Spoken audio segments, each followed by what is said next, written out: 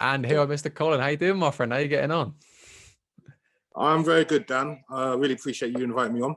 And yeah, I know you've given this platform to a few of our fighters, but I guess now it's my turn. I've kind of always stayed in the background with these things, but here we are. So thank you. Your number's up, mate. Here we are. But no, absolute pleasure and honor to have you on. Again, a lot of the point of this podcast anyway is to build a platform for people of all stages, different stages, ages, and all that kind of stuff. And again, having the coaches, I mean, the main model behind this is people like yourself who do the work in the background, don't make a fuss. So they need to come on here so we can make a fuss for you. That's what it is. But yeah, absolute pleasure having you on, my friend. One thing I wanted to sort of go into was your sort of coaching style. As to say, a lot of different styles of athletes come out of your gym, but again, that sort of development is very definitely prominent, and your involvement in the coaching as well. Like, so when you have an athlete in at different stages, say we have, I don't know, blue belt, 2+ years experience, they come into your academy already with a quote unquote established game. What do you feel is your point to give input? Because obviously they're starting to build their game anyway. Is it just let the class flow as is and see where they go right or wrong? Like, where do you, I don't know, how do you fit into that point? Okay, good question. So the first thing we do generally is we invite people into the general population class. So these will be the MMA fundamentals classes, and we have a good look at them. We have a look at where they are, because obviously jiu-jitsu from a pure BJJ perspective is very different from MMA jiu-jitsu. Okay, and it's really important. It's really important that people who are making that transition know that certain things are just not applicable in the world of MMA. So the first thing we do is have a look at them. We see where their fundamentals are, what sort of things they're doing correctly, in pressure situations, such as against the wall, striking, takedowns, looking at all the elements. No pressure at that stage, okay? We're just having a good look. And that'd be myself and a few of the other coaches. And we'll kind of just let them unfold over a few weeks. At some point, the coaches will get together, we'll have a chat, and we'll discuss people who we feel have got the potential to invite into what we call our pro sessions. So when we start inviting people into our pro sessions, they should have built up quite a good fundamental basis from our regular classes. So our regular classes should be teaching them a lot of the key things they need to know in an MMA fight. So at that stage, when we bring them into the pro sessions, okay, then it's just a case of refining. Then we get a lot more into the sort of micromanagement of a fighter's style, because the sessions are smaller for a start. We get them to spar against higher level people and train with higher level training partners. So it gives us a real opportunity to kind of see where they're missing things, and we can either fill that in when they're in training, like such as in sparring. Make sure you get your underhook. Okay, make sure you don't forget your whizzer, etc. That sort of feedback, or we pull them aside and work with them on a one-to-one basis. When I'm talking about I'm talking about myself and my coaching staff, and there's a few of us. Okay, so there's myself, there's Christian Nwadike, my partner in the gym. Hey up, Christian. There's Tommy Asabre, who's one of our long-term fighters. He's been with us since the Nickel Shipjack days as a student, and now one of our main coaches. And more recently, we've got Jeremy Petley, who's joined our coaching team with the fighters. So really good experience, really happy to have him on board. And I can't forget, and you'll know this guy well, Dan McKeever. Okay. Hey, so Dan McKeever, yeah. So Dan, his Cinderella story. 3 years ago, he just walked in and he's doing white collar MMA. And anyone who follows McKeever MMA, MCKEEVER MMA on Instagram, you'll see what high quality coach he is, especially if he's striking. He's a real student of the game. So essentially, this is the MMA coaching team. So we're the ones who'll get together and chat and discuss what individual fighters need with regards to development in their game. But other than that, most of the holes get filled from high level training. They kind of figure out, okay, this is where I'm going wrong, this is what I'm constantly getting caught with. And they start kind of figuring it out themselves with a little bit of prodding from us. There's a lot in that I really like. And the main thing I like about that is the structure of sort of premises of fundamentals, not set in stone. You have to do things this way. It's okay. Are you protected when you're throwing? Are you setting up to take all these sort of things? It's not rigid, but it's got that the concepts are there. And again, you sort of pressure test certain things, see where gaps come out. And again, you sort of see what cracks appeal when they need filling, not automatically thinking, okay, they're doing this defaultly wrong, and appreciating that kind of creativity. And again, the things you're saying there, things that people don't appreciate still, that jiu-jitsu isn't MMA grappling. They're different things. Why does everyone keep saying Orson like tries to pull guard? No, stop doing that. It's just a terrible idea. No. I mean, I'm a pretty calm person, but if you want to see me lose my temper, okay, a good way of doing it is to try and pull guard, okay, and start playing ridiculous open guard stuff in the MMA environment. Okay, it's the sort of stuff that will get your face pounded in. Let's take it back a step. Let's take it back a step. Playing. You don't play MMA. You don't play MMA. You just don't. You can say yes, it's a sport if you play a sport, but nah. Exactly. Nah. Exactly. You don't play MMA. You can play if you want, have fun with that. But I like a lot of the sort of creativity side of it. Now, regards of when you're teaching the beginners, though, because again, that's more from someone who's already got their own habits, albeit bad or good, as you find out eventually, but more so from the ground up. Are you very step-by-step detailed? Is it more concepts and see if they pick up the general idea of things? How would you like to sort of coach up beginners? Obviously, in the group class, it's quite tricky, but your general rule of thumb as such. It's a bit of both. It's step-by-step and it's conceptual. So step-by-step, they all need to know their fundamentals. Okay, first of all, they need to understand the mechanics of an armbar. Once you understand the mechanics of an armbar, okay, the positioning of the fingers, thumb facing upwards, little finger down against the chest, etc.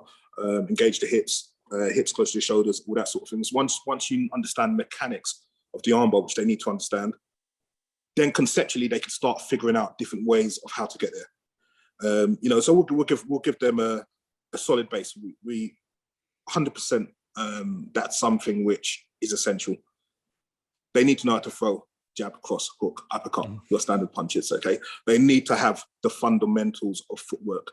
There's no way of shortcutting those fundamentals. They kind of just need to be done, methodically, going for your footwork, going for your punch combinations, whether that's on your own, with a partner, on the pads, and then working out and doing your basic submissions, your basic submission attempts, escapes, your basic wrestling takedowns, your basic wrestling defenses.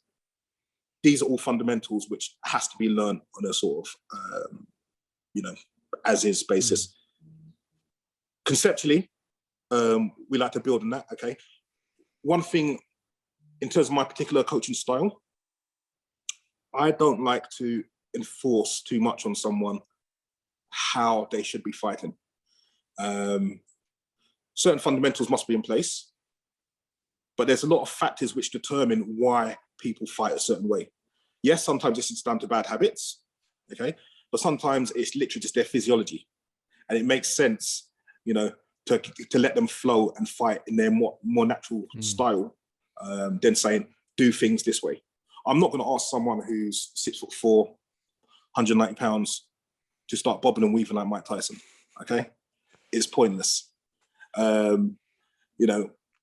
So given that, we give them a conceptual framework, okay? These are the certain things you must be doing, okay? Make sure you've got certain defenses in place. If you're on the ground, you need to make sure you're safe here. If you're in a clinch, you need to make sure you're safe here, okay? These are the certain things which you should be doing conceptually. How you figure it out from there is up to you. I like that a lot. And when you said that's MMA. When you said about shortcuts, though, one thing I sort of wanted to clarify a bit more, it wasn't so much shortcuts, more leaning out, because obviously MMA as a sport, you get people initially from the individual disciplines, and then they lean out into MMA. They have to relearn habits.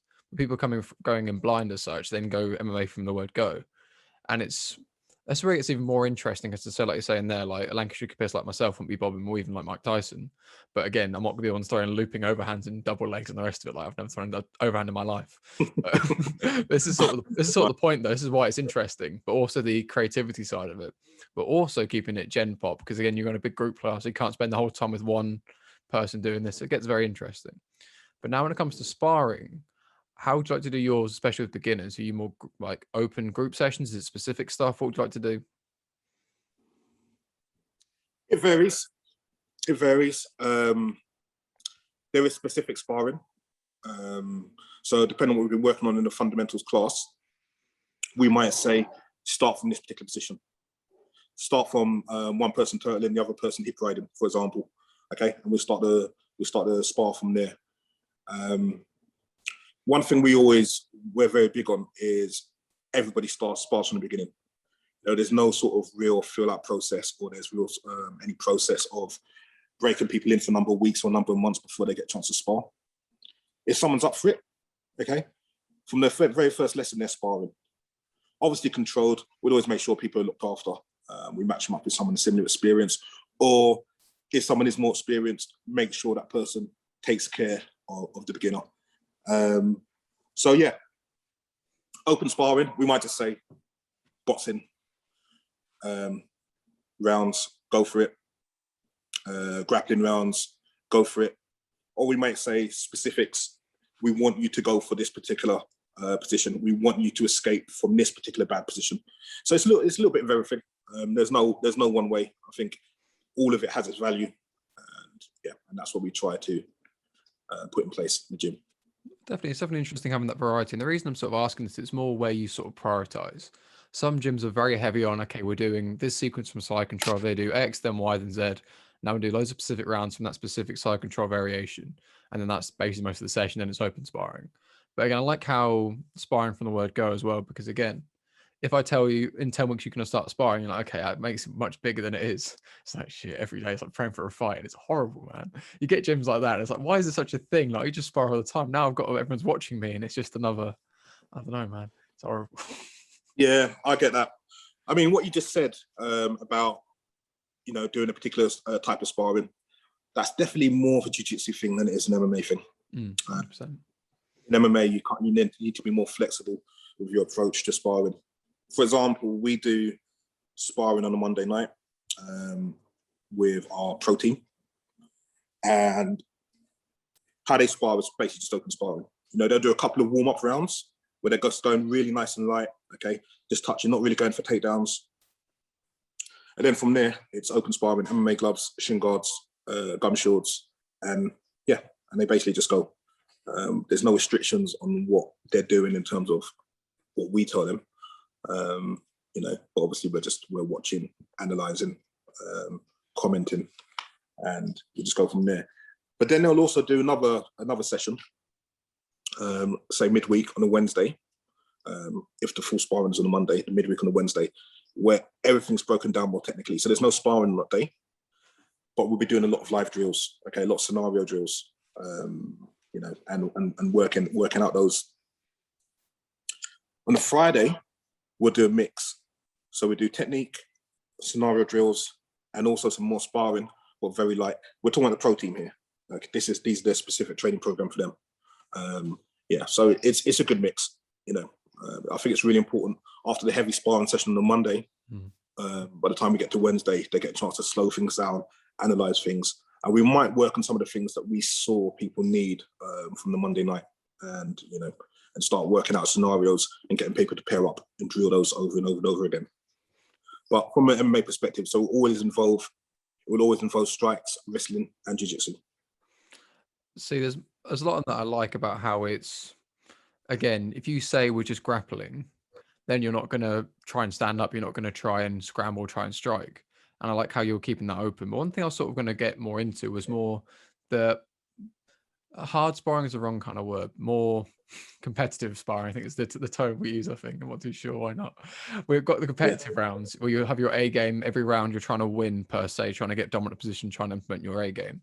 But one thing with jiu-jitsu I feel there's a lot of benefit to is trying out your B game, having an environment where if you lose, you don't get a concussion, you don't get these sort of harder shots. Obviously, you're not trying to knock each other out, but you're trying to score, you're trying to throw significantly. If I start like dropping out a jab somewhere, you're just going to ignore it, you're not going to acknowledge it. And it's that whole kind of balance. So do you feel there's a place to sort of try out your B game in these classes? Is it more training partner specific, do you feel? When I said hard sparring, I don't mean hard sparring. Yeah. Okay. I'm trying to get a tone across right here. I mean, one thing we try to preach as a philosophy is, look, your fighting career is only so long. You have the rest of your life to live with that brain of yours, There's absolutely no point in getting concussions in the gym. That's very much an old style of training. You see more and more teams nowadays are moving much more closer towards much more technical sparring. Mm. You know, so when we say hard sparring, it's competitive, yes. Certainly the grappling and the wrestling, the shots to the head, we always try to make sure, you know, guys are not going 100%, and keep the injuries, blood, and concussions to a minimum, which I can happily say we don't really have any of those. Yeah, so that's respected. So A game, B game, not really. I think for MMA, I think it's important that everything's pressure tested. When we're dealing with the pro fighters, I mean, we're dealing with a room full of fighters. Jiu-jitsu, very often when you get the chance to try out your B game, it's because there's normally a variety of belts in the room. Okay, and you've got what you sometimes call the rest rounds. Okay, and these rest rounds are maybe some of the less experienced guys, some of the people who might be a lower belt than you, and you get an opportunity to try different things out. Okay, and you know, and because you can. The sort of training environment we try to have for our fighters, there isn't really any rounds where you're going to get a chance to rest or try things out. The trying things out, of course, it's training. Try things out if you can.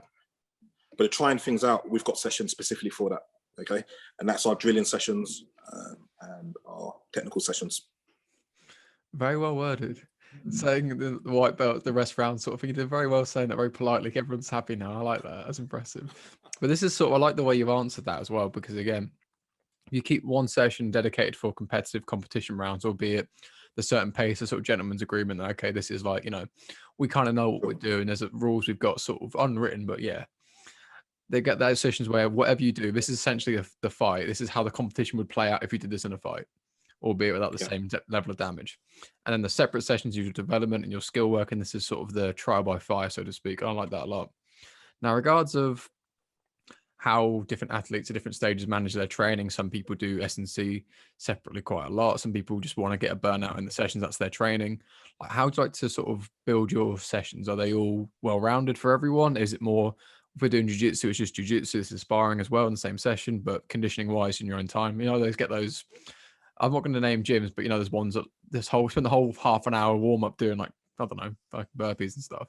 And then you can finally train. Like, what's your kind of, I don't know, philosophy on how you structure your classes? Yeah, you know what I mean. I'm not a fan of a big heavy workout before training. I think we need to get straight to the skills and to the relevant skills. Jumping jacks, press ups to your thigh, loads of crunches, all that sort of stuff, which is really just designed to tire you out. Doesn't really serve a massive purpose with regards to developing a fighter for skill-wise. So I'm not a big fan of that. You know, when we get the guys to warm up, especially for the MMA sessions, we get them to warm up in a practical way. So when I say practical way, they'll be paired up with a partner. They'll be pummeling. You know, they'll be getting loose doing that. They'll be doing takedown entries. You know, they'll be doing a little bit of shadow boxing with a partner. Okay, just getting that sort of movement, getting that looseness. You know, and a little bit of active stretching before they get into it. We're not going to waste a massive amount of time trying to get people tired. We just don't have the time in the sessions. And really, if someone is serious, you know, S&C is something which they should be doing in their own time. You know, like, you can find a hill close to your house, do some sprints. You know, I'm not going to push you. You can do burpees at home. You know, you can do press ups at home. You know, you're not going to come to the gym and waste time doing that unless you're doing it in your own time outside of a session. But in a session, we know we've got precious time. We're not wasting a massive amount of time trying to get people exhausted for the sake of it. It's pointless, in my opinion. Oh, 100%. And I agree with that entirely. And this is why, you know, you go to jiu-jitsu to do jiu-jitsu. If they're made to MMA, you don't go there for the full rounded thing. But again, with Gen Pop is a bit of a tricky one because they don't necessarily have the time they can allocate, or we won't get into the funny things why they can't allocate time. That's another thing. That's, you know. Oh, okay. So if we're talking about Gen Pop, if we're talking about our sort of fundamental classes, which are, you know, which people who, yeah, okay, that's going to be different. But the thing about when you're dealing with these individuals, their fitness level isn't necessarily that of a fighter. They might be fit, You know, they might be able to run a marathon. They might be able to cycle to Greenwich and back. You know, they might be able to do all those things, but they burn a lot more energy when they start wrestling and doing jiu-jitsu. And even just a traditional sort of jiu-jitsu warm-up, even if we used to put them through that in the MMA fundamentals class, you know, such as going up and down the mat, doing a bit of shrimping, doing some sprawls, doing some sit-throughs, and shooting and so on and so forth. For someone who's not experienced, someone who's pretty new to grappling and grappling-based sports, that's a pretty heavy workout, you know, for 10, 15 minutes. And that's more than enough. So for us, it's great because it serves a purpose of giving them a framework of fundamental body mechanics they need to know if you're doing a sport such as MMA or Brazilian Jiu-Jitsu. But if you're fairly new to it, that's more than enough strength conditioning. I mean, you see when people are pretty new, they know they do a warm-up. That could just be your basic shrimping and so on and so forth. And they're pretty exhausted. You know, by the time they have their water, they're kind of like, you know. So for general population, yeah, they're getting that sort of workout from our standard warm-ups. For our fighters, it has to be different. 100%. There's one thing I'm reminded of this. There's a podcast I did a while ago with the Harbuck twins, Harry and George Harbuck from Middlesbrough, and they were saying that when you get people doing warm-ups, get them to do Granby rolls, get beginners to do Granby rolls, and just watch what happens. You see them using their face quite a lot, and it's just like, because the thing is, they're giving it a go. You want to encourage everyone, no problem, but like you know, when you used to be like that, it's like, okay, it's a bit close to home, but you got to appreciate it, I think. I do like, I've never actually met them personally, the Hardwick twins, but I'm a really big fan of their coach, Pete Irvin. Are you still there? You're still there, mate. I think there you go, back in there. Yeah, no, it's my tablet's telling me I've got 10% battery, which should be more than enough for us to get through this interview. Yeah, I'm a big fan of their coach, Pete Irvin. I learned a lot from him. He's coached us in the past at NWA, so many years ago before he moved back up north. So yeah, I like the stuff that he does, and he's one of the coaches I look up to in the UK scene, and I certainly follow his techniques and concepts. So what is it about that kind of style that you sort of resonate with? Battle hardened, practical, not much messing about. I mean, going into sort of, I mean, Pete can speak certainly about his own background, you know, but he spent a lot of years in Brazil. His master Crezio, a Vale Tudo legend, as you know, one of the original Carlson Gracie black belts. You know, so the style of MMA, the style of jiu-jitsu, it's very to the point. It's very direct. Of course, it's technical. You know, and that just resonates with me. I'm not a fancy type of guy. You know, let's just get straight. Let's just get straight to the point. But he also incorporates lots of little details. You know, which just game changers, and I enjoy that. I enjoy that element of Pete's coaching, and yeah.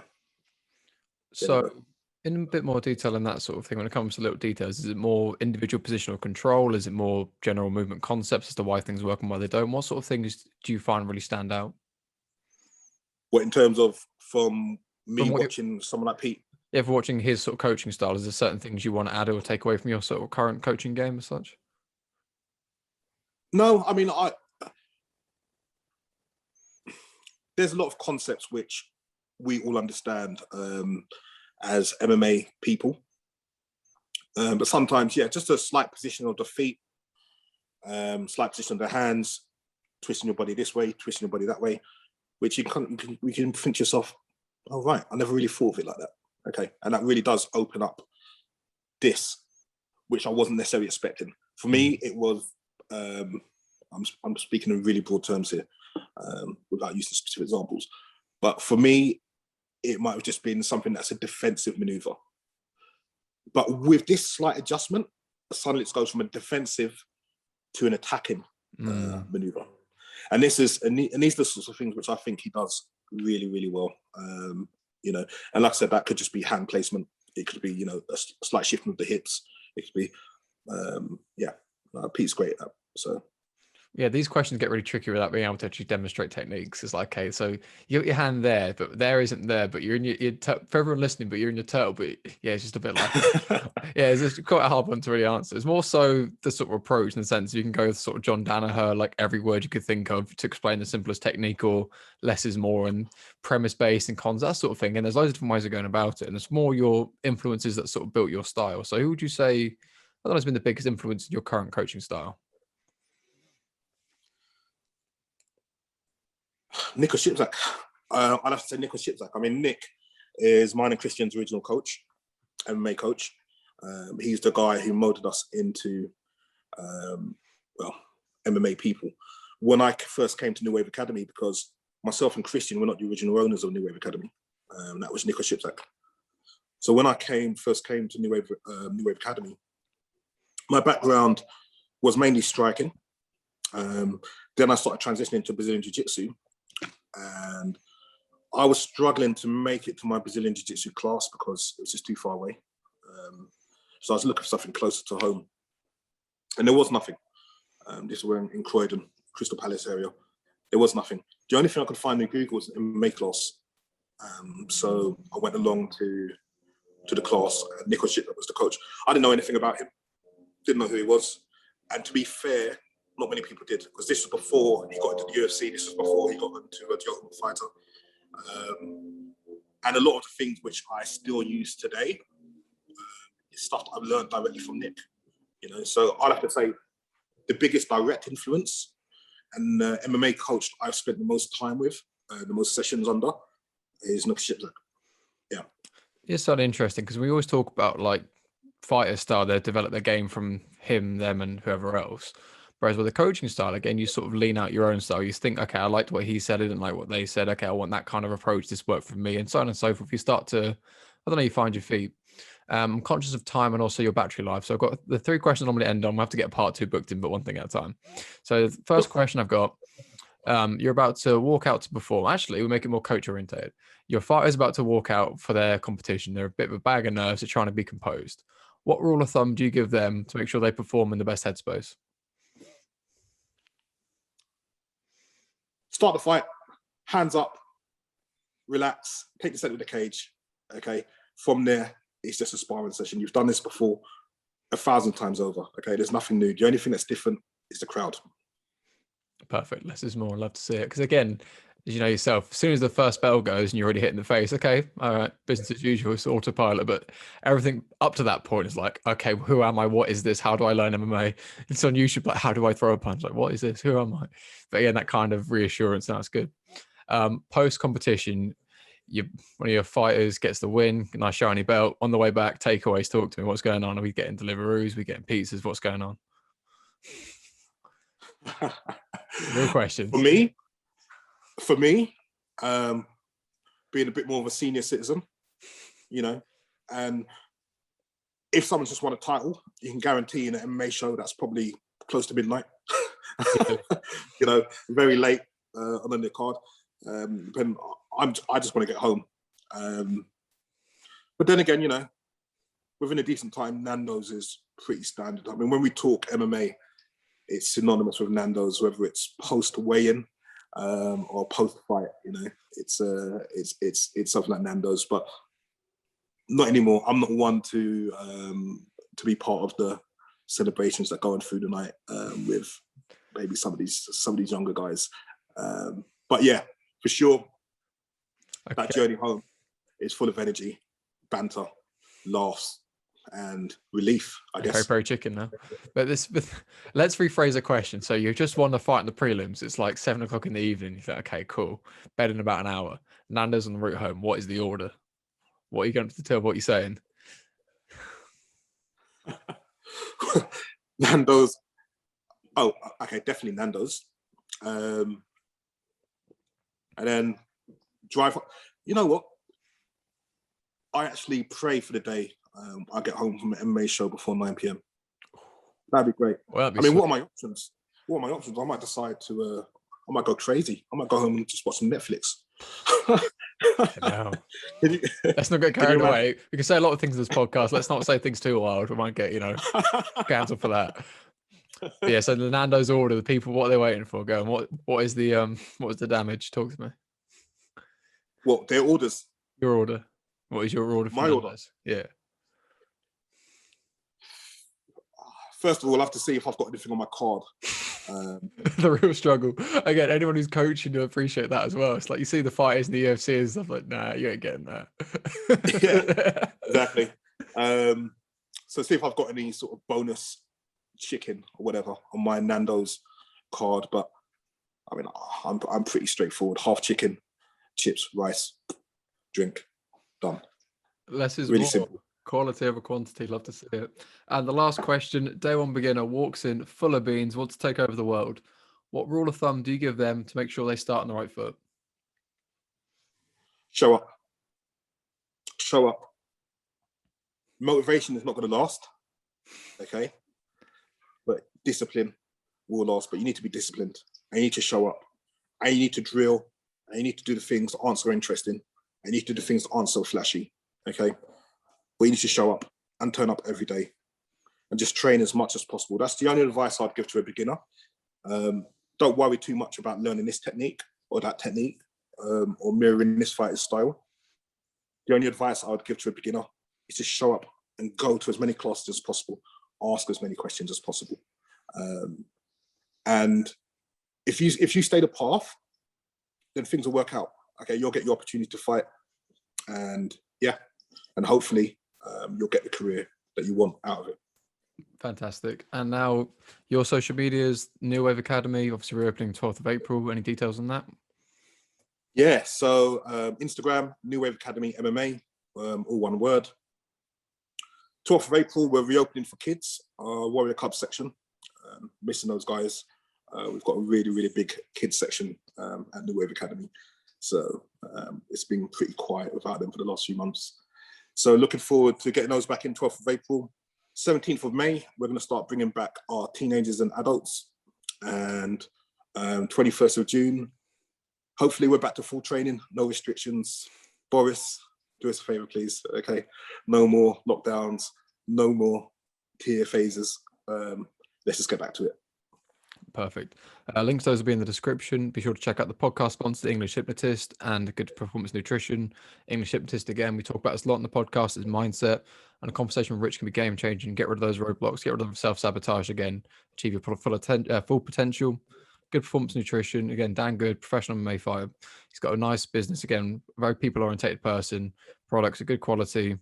And again, it tastes good. What more do you want? Fisticuffs, rash guards, and shorts are in stock. Got new shorts en route. Keep an eye on the website. But other than that, stay positive, stay grateful, and keep being you.